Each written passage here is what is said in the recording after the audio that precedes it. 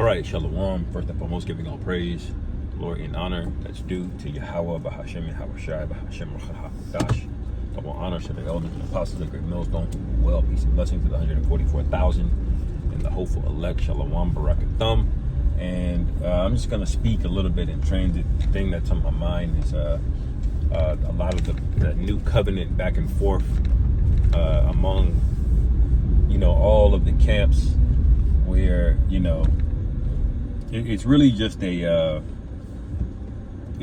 big virtue signal, or it's really just a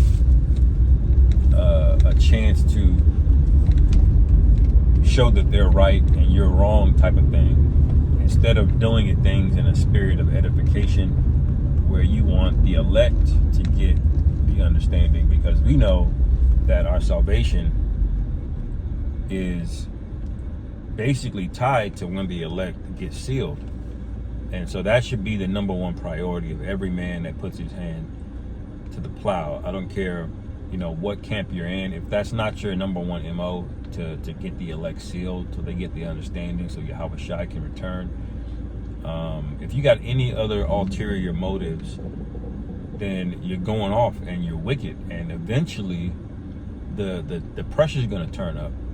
And when the pressure turns up and the heat turns up, then you start seeing what people are made out of. All right, you have it in 1 Corinthians 3:13, I believe, where it says, every man a part of this foundation, whether they be gold, silver, wood, hay, or stubble. All right, the fire is going to reveal what every manner of man you are. I'm roughly paraphrasing it. But basically, if you're made out of gold, silver, hay, or stubble, then the fire in due time is going to reveal you. All right. This is why the men of Great Millstone, I believe, are the most hated, because people can already see what we're made of to a degree. Now, we're not saying every man in Great Millstone is of the elect, but the spirit that we're in is the most accurate by far. All right, by far, and it's really not even close. And we already are tried and part of the Jacob's trouble, which is our own enemies, our own people would turn on us. So we are already experiencing that. All right, but a lot of these guys, these soft guys in these different camps that are these big giant camps, the IUIC guys, that they don't have to do lessons, they don't have to read and study and be up on things, and ultimately what that does is it makes you soft. All right, so when your family betrays you, you're not gonna be ready, man. A lot of you are gonna bitch up, and this is the fault of the leadership of these camps. This is why the scriptures get on the pastors of these flocks and say, you got blood on your hands. Now every man is accountable, every man has to work out his own salvation, but that don't mean blood isn't on your hands, man. And rehashing things like the new covenant, which, to me, the whole thing, it's silly, because, at least in Tazariak's case, I got to hear Nate's full breakdown.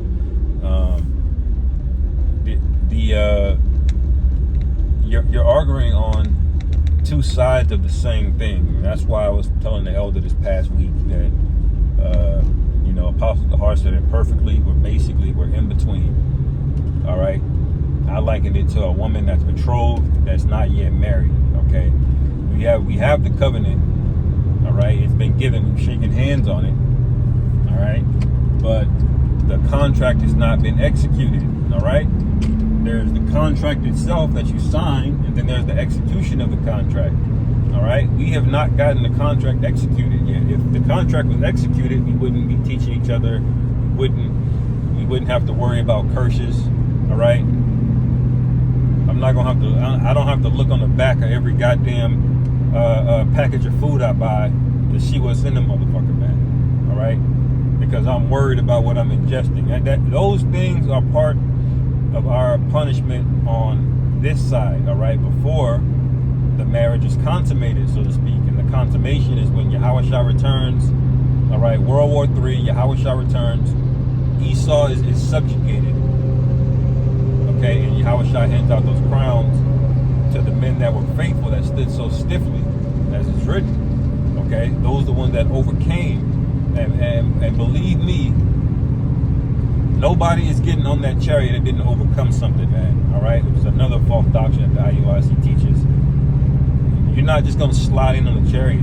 All right, this is why we're so rough. That's why we have a culture of rebuke in Great Millstone. All right, we have a culture of accountability. Okay, and if you don't speak the same thing, look, it ain't no hard feelings. Just go do your own thing, man. All right. This ain't about agreeing with everything, brother, or having likable personalities, man. All right.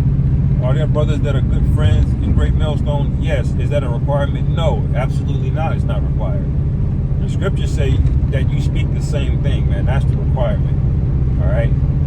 If you're a part of a camp and you really don't believe that doctrine, then you're wasting your time, man. You know. And the only reason that we correct other camps, all right, is that's really just out of act of love, all right, because y'all already are your own camp. But if you're going off and you put that out there, well, guess what? We got to contend for the faith, man. All right, the elect is listening to basically everything. Okay, so you know it requires action on our end, you know, and I predicted a while ago that these doctrines would get worse and worse, and the frequency in which they go off are going to increase. All right. Notice how many different topics we've had to rebuke and correct just in 2024 alone, man. I can't even going back and keep count of them. All right. That alone could be a full-time job. But what do we keep our priorities on? The charagma, the next step. All right. Unlike the rest of these guys who say that they're serious, but they're really just out here trying to win debates, man. All right, that ain't gonna get you. That ain't gonna get you on a chariot, man. All right, that's not flipping talents. Okay, winning debate is not flipping your talent. Okay, that's likened into being able to dribble between your legs very well and handle the ball very well, but you can't shoot. All right. Yeah, it sounds nice. It's cool. People like to watch you do the fancy thing. Like, remember you had back in the day, you had &1 basketball players, man. Those guys, a lot of those guys were talented, man. But if they had to play against the Bulls, you know, or or more recently, like the 2015 to 2020 Warriors, no, man. You got to be able to score, man. You got to be able to shoot the ball. You don't get points in basketball for dribbling between your legs, man. All right, so being good at debates and cutting theologians and that ain't doing what you think it's doing, because you cannot bring in a member of the elect. We do not have the power to bring an elect member into the fold, man. They're already written. Number one, from the beginning. All right, and number two, it says it's the Spirit, Yahweh, the Father, has to draw them in. All right, in John 6:44. All right, we have to keep telling you guys this over and over and over again. But eventually, you know, we're not going to have to tell you no more, because the Most High going to show you. All right, we're about to go into the spirit, the season of separation. All right, sifting. You know, so you know, for the younger brothers that are watching or listening, you know, lock in. You know, keep praying, keep reading, and pay attention, man. All right, because things don't just happen. There's no such thing as coincidence. Things are not just happening for a reason. You know, you should be thinking critically about all of the major events that come out, whether it's Diddy in the news or IUIC going off again, or DJ Trump almost getting clapped again. Whatever it is, you know, put it through your spiritual filter and pay attention. Watch, man. All right, this is the worst time to get lazy and fall asleep and not watch. Okay, anyway, Lord willing, this is edifying. Call halal Yahweh Bashim Yahweh Shai Bahashim Rahak Wadah Shalom Kwam Yasharahu.